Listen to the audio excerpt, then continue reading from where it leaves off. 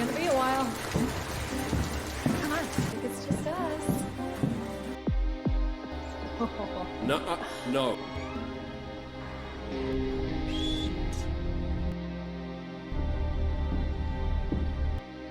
Get the hell out of here. Let's try this again. Who sent you? Sorry.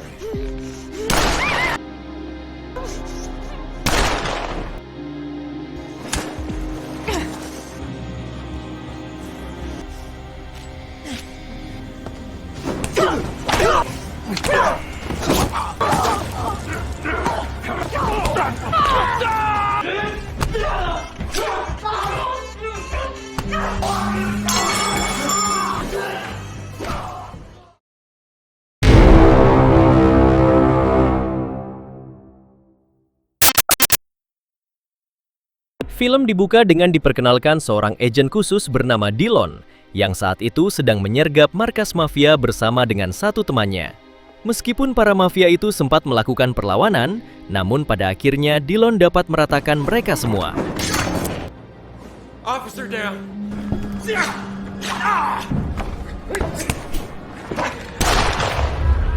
Ternyata kejadian itu hanyalah bayangan Dillon saat beberapa tahun ke belakang. Sekarang Dillon telah pensiun dan memutuskan untuk hidup normal seperti orang biasa bersama istrinya yang bernama Julia. Diberitahu kalau saat ini Dillon dan Julia sedang dalam perjalanan untuk berlibur ke tengah hutan. Tak berselang lama ada satu mobil yang menyalip dan supirnya melontarkan kata-kata tidak senonoh terhadap Julia. Akan tetapi mau Julia ataupun Dillon lebih memilih untuk mengabaikan orang itu lalu meneruskan perjalanan. Selang beberapa saat, Dillon dan Julia menepi sejenak ke warteg kecil untuk mengisi perut. Ketika di dalam, Dillon izin sebentar ke toilet sebab tak tahan ingin buang air kecil. Sedangkan untuk Julia istrinya menunggu di meja warteg. 5 menit kemudian datanglah supir songong tadi yang diketahui bernama Gojin. Terlihat sekarang Gojin datang tidak sendiri, melainkan bersama dengan beberapa teman-temannya. Lagi-lagi Gojin mengganggu Julia sambil mengatakan hal tidak senonoh kepadanya. Julia pun hanya bisa bersabar, namun beruntung Dillon keburu datang. Dillon yang melihat Gojin sudah keterlaluan, ia pun menunjukkan keberingasannya dengan menantang Gojin berduel. Akan tetapi mereka dilerai oleh si pemilik warteg yang sering disebut dengan panggilan Mama.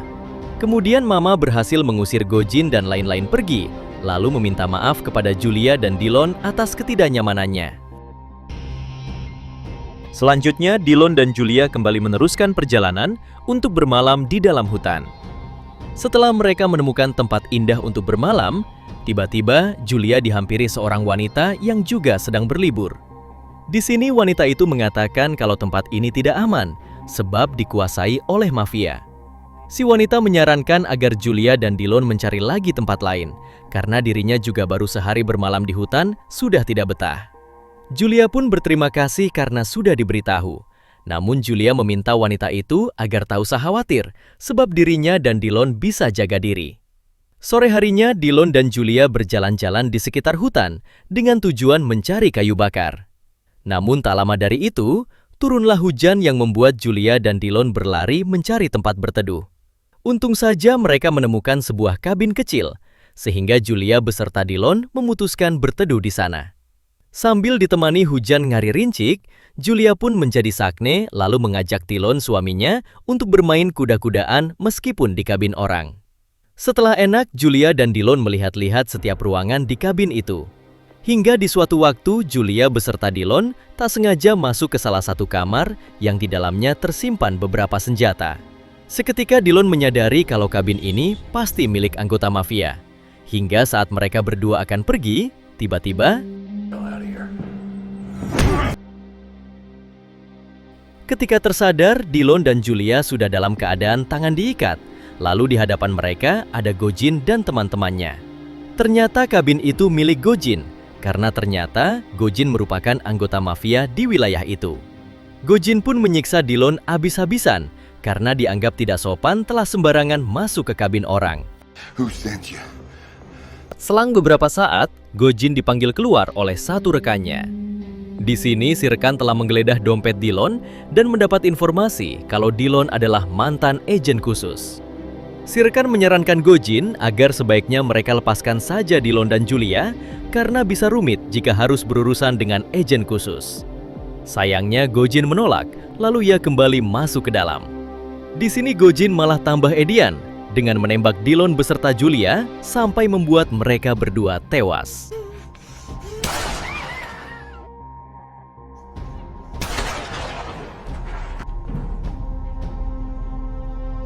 Kemudian Gojin memerintah para anak buahnya agar membuang jasad Dillon dan Julia ke solokan, tempat biasa mereka membuang jasad. 2 jam setelah itu, ternyata Julia tidak tewas karena tembakan tadi hanya mengenai samping kepalanya saja. Sebelum bangkit, Julia pun sempat mengingat kenangan masa lalunya, yang mana ternyata dia adalah seorang pasukan khusus wanita terbaik. Bahkan kala itu Julia selalu berlatih dan ditugaskan dengan pasukan khusus laki-laki karena memang kemampuan beliau melebihi rata-rata. Setelah mengingat kenangan tersebut, Julia pun segera bangkit lalu melihat Dillon suaminya yang sudah tewas. Julia pun hanya bisa menangis sejadi-jadinya dan ia berjanji akan membantai para mafia itu sampai ke akar-akarnya. Pagi harinya, Julia kembali ke tempat perkemahan awal. Di sini ia sangat merasa bersalah karena yang mengajak Dillon masuk ke kabin mafia kemarin adalah dirinya. Namun sekarang penyesalan sudah tidak ada gunanya dan Julia pun segera mempersiapkan diri untuk melakukan balas dendam. Adegan berpindah kepada Gojin si mafia dan para antek-anteknya. Tak lama datanglah Mama atau si pemilik warteg kemarin. Terungkap fakta kalau Mama ini adalah bos mafianya dan merupakan ibu dari Gojin. Kelompok mafia ini selalu menculik orang asing yang berlibur ke hutan di wilayah itu untuk dijual ke Kamboja. Kembali pada Julia yang baru selesai membuat senjata dari batang pohon. Setelah itu, Julia langsung mendatangi kabin Gojin yang kemarin lalu menghabisi 1 penjaga di luar. Setelah berhasil menghabisi 1 penjaga, Julia mendatangi lagi 1 penjaga lainnya dan kita lihat bersama.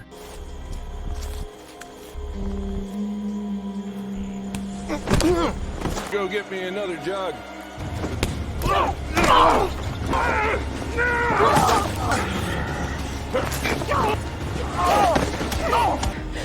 You all die. Ternyata saat itu Gojin tak ada di kabin tersebut, karena kita tahu kalau Gojin dan Mama si bos mafia sedang berada di markasnya. Akhirnya Julia pun dengan sengaja menyisakan 1 penjaga, agar ia dapat membuntutinya demi mengetahui di mana markas Gojin yang asli. Sebelum pergi, Julia menghancurkan dulu kabin Gojin dan terjadilah ledakan besar. Kemudian Julia membuntuti penjaga tadi yang kabur menuju markas Gojin. Di sisi lain memperlihatkan seorang sheriff bernama Hobbs yang sedang berburu rusa di hutan itu. Di sini Hobbs mendengar suara ledakan kabin tadi, sehingga ia pun langsung mendatangi dari mana asal suara tersebut. Di waktu yang sama, Mama dan Gojin juga mendengar suara ledakan barusan. Hingga dengan cepat, Mama menugaskan Gojin untuk mengecek apa yang terjadi. Di tengah perjalanan menuju kabin, Gojin berpapasan dengan 1 anak buahnya yang terluka parah. Gojin pun langsung membawa orang itu ke dalam mobil. Akan tetapi tanpa disadari, dengan mode senyap, Julia berhasil menyelinap ke belakang mobil lalu ikut dengan mereka. Setibanya di markas, si anak buah menjelaskan kalau kekacauan ini dilakukan oleh seorang wanita yang semalam Gojin habisi. Wanita itu ternyata belum tewas dan kemampuannya seperti bukan orang sembarangan. Mendengar hal tersebut, Mama langsung menampar Gojin karena seharusnya ia memastikan dulu sebelum membuang jasad. Sekarang Mama tak mau tahu, yang pasti Gojin harus berhasil menangkap Julia lalu benar-benar menghabisinya. Jika sampai Julia berhasil kabur, maka dipastikan bisnis mereka akan dalam bahaya besar. Di balik itu, Julia sendiri sedang mengawasi mereka di luar markas. Di sini Julia tidak langsung gegabah menyerang, melainkan menunggu dulu waktu yang tepat untuk beraksi. Kembali pada Mama yang menugaskan hacker andalannya untuk mencari tahu siapa Julia sebenarnya. Setelah lama mencari, akhirnya si hacker berhasil mengetahui kalau Julia adalah mantan pasukan khusus terbaik. Mengetahui hal tersebut, Mama sedikit syok karena sekarang musuhnya bukanlah orang sembarangan. Adegan berpindah kepada Sheriff Hobbs yang masih berjalanan menyusuri hutan untuk mencari sumber ledakan tadi. Tak lama, ia menemukan jasad penjaga anak buah Gojin tadi yang dihabisi Julia. Dengan cepat, Hobbs menghubungi kantor pusat untuk melaporkan kejadian tersebut. Sementara untuk Julia sendiri, terlihat kini ia sedang memasang beberapa jebakan sebelum melakukan penyerangan terhadap Gojin dan antek-anteknya. 30 menit kemudian, dua rekan Hobbs datang dari kantor pusat untuk memeriksa jasad yang ditemukannya tadi. Di sini salah satu rekan Hobbs memberitahu kalau jasad itu merupakan anak buah dari Mama, seorang bos mafia penguasa wilayah ini. Hobbs yang kebetulan kenal dengan Mama, ia pun mengajak dua rekannya untuk mendatangi Mama agar mereka bisa menanyakan secara langsung apa yang terjadi. Di waktu yang sama, satu rekan Hobbs yang ada di markas pusat langsung menghubungi Mama untuk memberitahu kalau Hobbs sedang OTW akan menemui Mama. Ternyata wanita itu merupakan antek-anteknya Mama yang bekerja di kepolisian. Singkatnya, Hobbs dan kedua rekan bertemu dengan Mama di markas. Hobbs langsung bertanya apa yang terjadi sampai ada satu anak buah Mama yang menjadi korban. Mama yang sudah diberitahu sebelumnya, ia pun tampak tenang sambil mengatakan tidak terjadi apa-apa. Mama beralasan kalau anak buahnya itu mungkin saja melakukan bundir karena sedang kecanduan judol. Setelah mendengar jawaban tersebut, Hobbs dan dua rekannya memutuskan untuk pergi dari sana. Okay.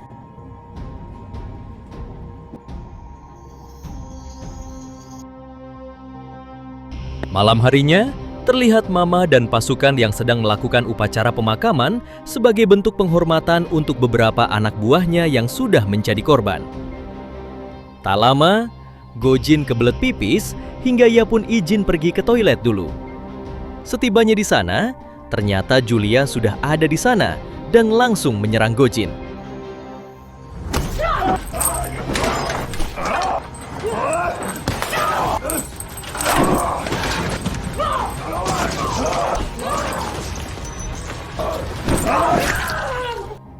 Perduelan itu berlangsung cukup lama, namun pada akhirnya Julia dapat menghabisi Gojin.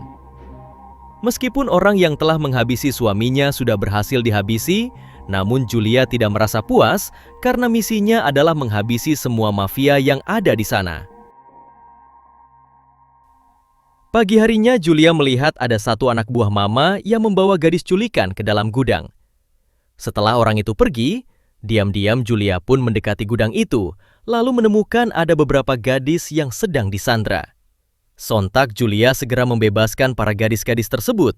Akan tetapi sayangnya, aksi Julia harus ketahuan oleh satu penjaga, hingga inilah yang Julia lakukan. Setelah berhasil menghabisi penjaga itu, Julia memerintah semua gadis agar pergi dari sana. Namun ada satu gadis bernama Emily yang memilih untuk ikut bersama Julia. Alhasil, Julia pun membawa Emily kabur ke tengah hutan. Di waktu yang sama, satu anak buah Mama memberitahu kalau semua gadis culikan telah dilepaskan oleh Julia. Sontak Mama menjadi murka, lalu mengerahkan semua pasukan untuk mengejar Julia dan wajib tertangkap.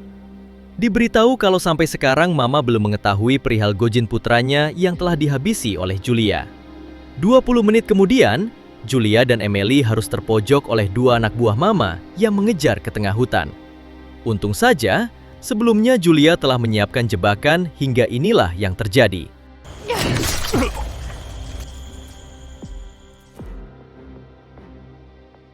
Sedangkan untuk satu anak buah Mama yang lain, berhasil Julia habisi dengan menggunakan cara ini.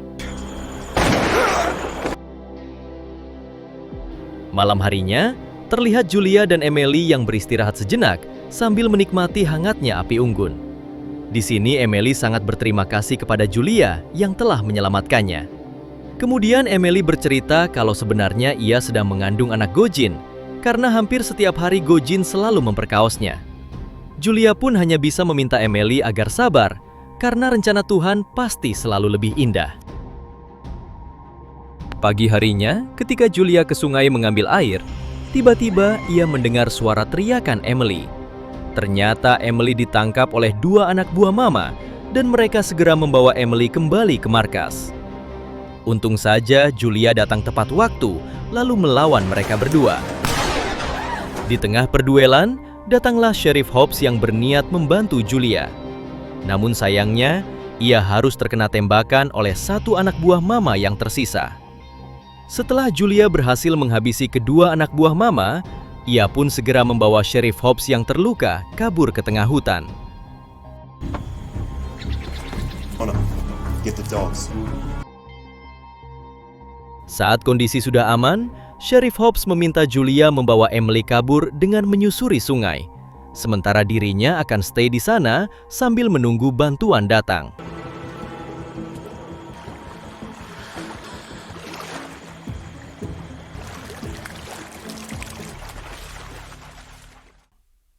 Selang beberapa saat, Julia dan Emily berpapasan dengan satu mobil. Ternyata supir mobil itu adalah seorang wanita yang di awal film pernah memperingati Julia. Akhirnya Julia pun meminta tumpangan kepada wanita tersebut, dan jelas si wanita membawa Julia dan Emily pergi. Di tengah perjalanan, Julia dan Emily izin tidur karena mereka sudah sangat kelelahan. Namun ketika terbangun, Julia dan Emily sudah ada dikelilingi oleh Mama dan semua anak buahnya yang tersisa.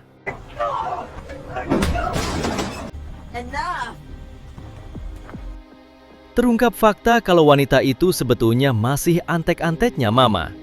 Dia bertugas untuk seolah-olah memperingati para turis yang datang, padahal faktanya itu hanyalah jebakan. Kemudian Mama dan pasukan membawa Julia beserta Emily masuk ke dalam, lalu mereka pun disiksa habis-habisan. Emily yang tak kehabisan akal, ia pun mengatakan kalau dirinya sedang mengandung anak Gojin. Alhasil, Mama langsung memerintah para anak buahnya untuk membawa Emily ke ruangan lain. Lock her up. Nice watch.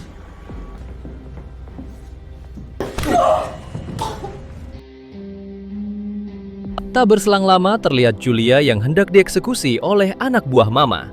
Untungnya Emily datang dan langsung menghabisi orang tersebut.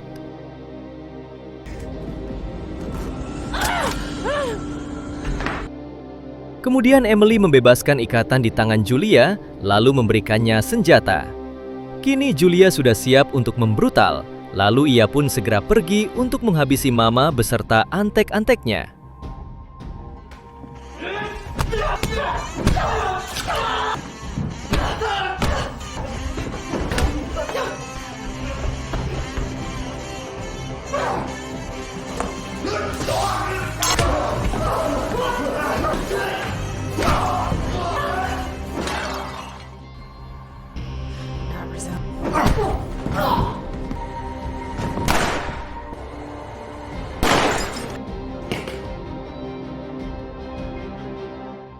Terlihat Julia yang dapat menghabisi satu persatu anak buah Mama.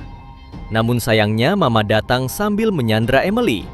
Di sini Julia meminta Mama agar melepaskan Emily dan ia berjanji tak akan mengusik Mama lagi. Akan tetapi sayangnya dengan kejam, Mama tetap menganu leher Emily lalu kabur keluar. Daripada mengejar Mama, Julia sendiri lebih memilih untuk menolong Emily, siapa tahu masih bisa diselamatkan. Sayang sekali Emily terlalu banyak mengeluarkan darah, lalu membuatnya tewas di sana. 3 bulan kemudian terlihat Mama yang sedang duduk santai di markas barunya. Satu-satunya anak buah Mama yang masih tersisa adalah si hacker, dan ia pun berniat akan merekrut lagi pasukan baru. Tak lama Mama mendapat pesan dari nomor tak dikenal yang bertuliskan hari pembalasan sudah tiba. Dan tiba-tiba,